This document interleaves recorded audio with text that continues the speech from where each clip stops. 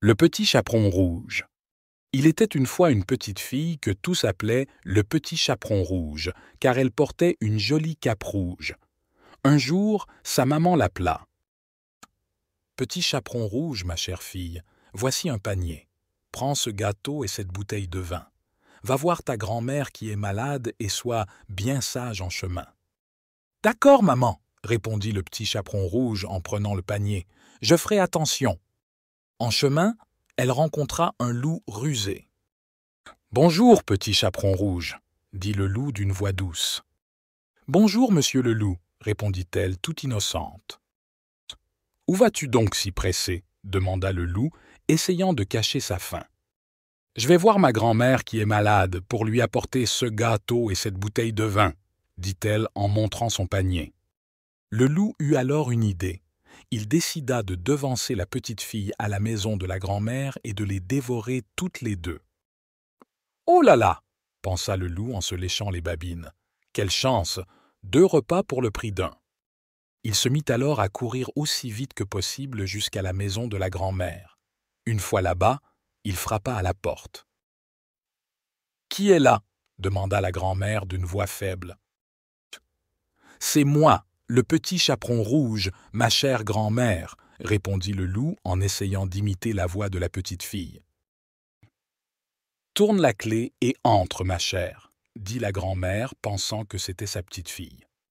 Le loup ouvrit la porte et entra, les yeux brillants de convoitise. Il avala la grand-mère en un éclair. Il se mit ensuite dans le lit à la place de la grand-mère. Puis, le petit chaperon rouge arriva à la maison. « Bonjour, grand-mère, » dit-elle en entrant. « Je t'ai apporté un gâteau et une bouteille de vin pour te remonter le moral. »« Oh, merci, ma chère, » répondit la grand-mère qui était en fait le loup déguisé. « Grand-mère, que tu as de grands yeux ?» dit le petit chaperon rouge, étonné. « C'est pour mieux te voir, ma chère, » répondit le loup, essayant de garder son déguisement. « Grand-mère, que tu as de grandes oreilles, » dit-elle, de plus en plus suspicieuse. « C'est pour mieux t'entendre, ma chère, » répondit le loup, commençant à perdre patience. « Grand-mère, que tu as de grandes dents, » dit-elle, maintenant effrayée.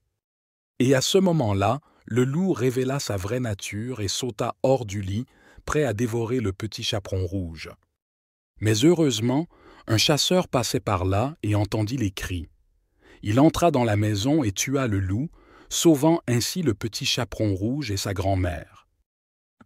« Oh, merci, monsieur le chasseur, » dirent-elles en chœur, soulagées. « Ne vous en faites pas, » dit le chasseur avec un sourire. « C'est mon devoir de protéger les gens des méchants loups. » Et ainsi, le petit chaperon rouge apprit une leçon importante sur la prudence et l'importance d'être attentif. Et elle continua de vivre heureuse et en sécurité avec sa maman et sa grand-mère, sachant qu'elle avait un protecteur vigilant à ses côtés.